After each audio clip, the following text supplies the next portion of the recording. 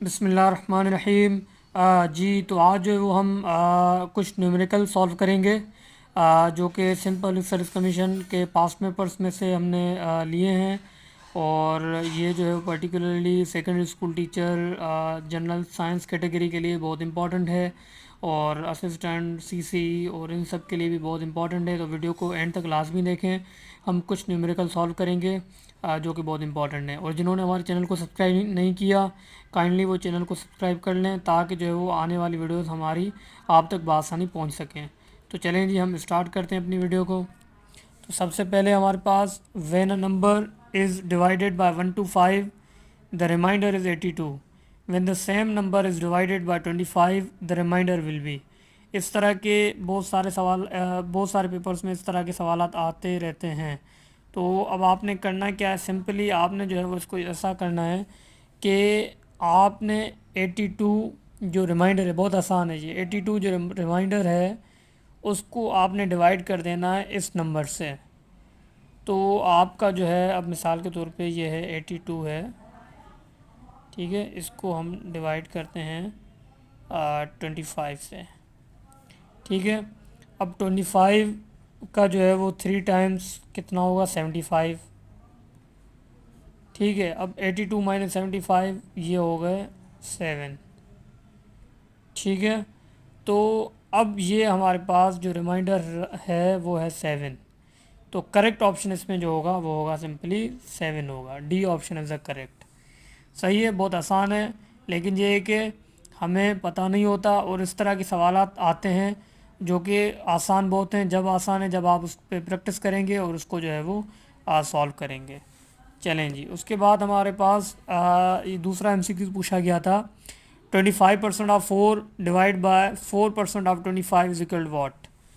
अब इसको हम अगर ऐसे लिखें, 25% ऑफ परसेंटेज ऑफ 4, तो 25 डिवाइड बाय 100, क्योंकि परसेंटेज है, ठीक है, मल्टीप्लाई बाय 4।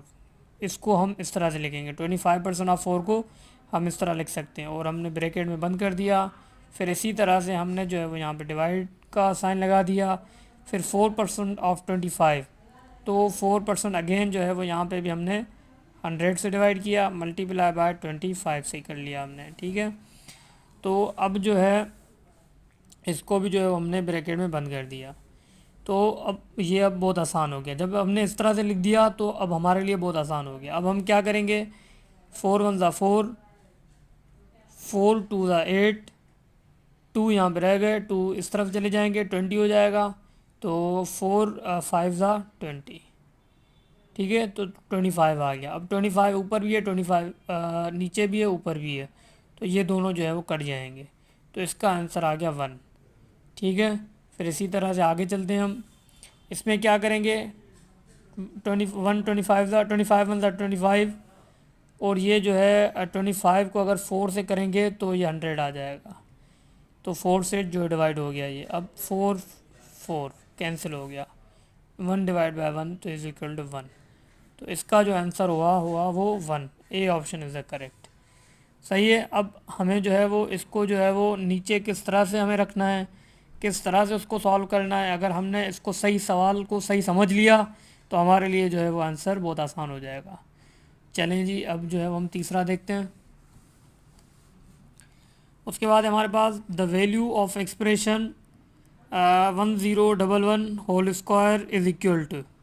ये हमारे पास ऑप्शंस थे। अब इसमें बहुत आसान अगर करेंगे, लिखेंगे आसान तो आसान होगा। अब ये थोड़ा मुश्किल होगा, मिसाल के तौर पे अगर कैलकुलेटर यूज़ करना पड़ेगा, और हमें कैलकुलेटर यूज़ नहीं करना। तो हम करेंगे क्या, इसको हम इस तरह से लिखेंगे कि क्योंकि ये 1011 है, तो अगर ये 1000 प्लस में 11 होल स्क्वायर, ठीक है, क्योंकि दोनों पे स्क्वायर ही है, 1011, तो इसको हमने अलग अलग करके लिख दिया, 1000 प्लस 11 होल स्क्वायर। अब आपको पता होगा कि A plus B whole square का एक फार्मूला होता है, जो कि सिंपल है, A square plus 2ab plus B square. अब ये वाला फार्मूला इस पे जो है वो हम पुट करेंगे। कैसे, ए स्क्वायर इसका मतलब है 1000 होल स्क्वायर प्लस 2 आ जाएगा हमारे पास, ए हमारे पास 1000 है, बी हमारे पास 11 है प्लस बी जो है वो 11 और इसका बी स्क्वायर, ठीक हो गया। अब जो है इसको अगर हम करेंगे तो ये होगा 3 ज़ीरो पहले हैं, 3 ज़ीरो और आ जाएंगे, ठीक है, ये सॉल्व हो जाएगा। प्लस में फिर 2 11 ज़ा 22, 22,000 हो गए। प्लस में 11 होल स्क्वायर जो है इसका आंसर होगा 121, ठीक हो गया। अब जो है बहुत आसान है। अब ये हो गया 10,22,121, सिंपल, कोई वो नहीं है। अब इस जैसे मैंने बोल दिया वैसे ही हम लिख देंगे, क्या 10,00,000 और 22,000 और 121, ठीक है। तो ये हमारे पास आंसर आ गया 10,22,121 ए ऑप्शन, ठीक हो गया। तो ये जो है वो हमारे लिए आसान हो गया जब हमने इसको सॉल्व करा। तो इसको सॉल्व करने का तरीका आपको पता चल गया। अब लेकिन ये है कि अगेन इस पर आपको प्रैक्टिस लाजमी करनी होगी। इस पे प्रैक्टिस करेंगे तो it will be easier for you, ठीक हो गया। उसके बाद चलते हैं आगे। अब ये हमारे पास है if X percent of 60 is equal 48 then X is equal what, X की वैल्यू हमें बतानी है। ये भी आ चुका है सवाल।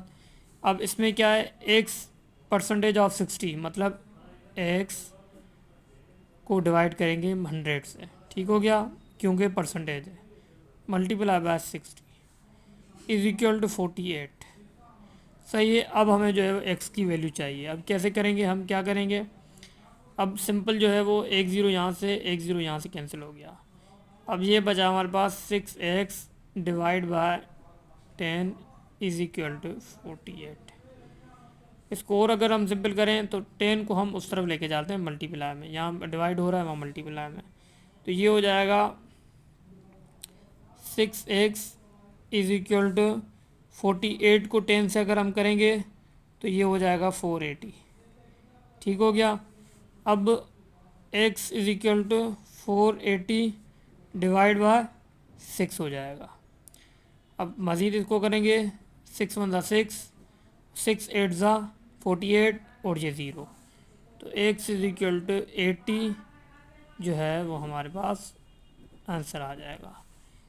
तो ये थे हमारे पास सवालात मैथमेटिक्स के, जो कि हमने डिफरेंट पास्ट पेपर से जो है वो एक जगह पे हमने कलेक्ट किए हैं, और भी हमने करे हैं काफ़ी, और जिसको जो है हम वक्तन फ़वक्तन जो है वो सॉल्व करते रहेंगे और आपके सामने जो है वो प्रेजेंट करेंगे। तो हमारे चैनल के साथ रहिए और चैनल को सब्सक्राइब करें, लाइक करें, कमेंट करें, शेयर करें, और कोई सजेशन देना चाह रहा है तो वो कमेंट कर सकता है, ताकि हम उस पर भी वीडियोस बना सकें, उस पर भी काम कर सकें। तब तक के लिए अल्लाह हाफिज़।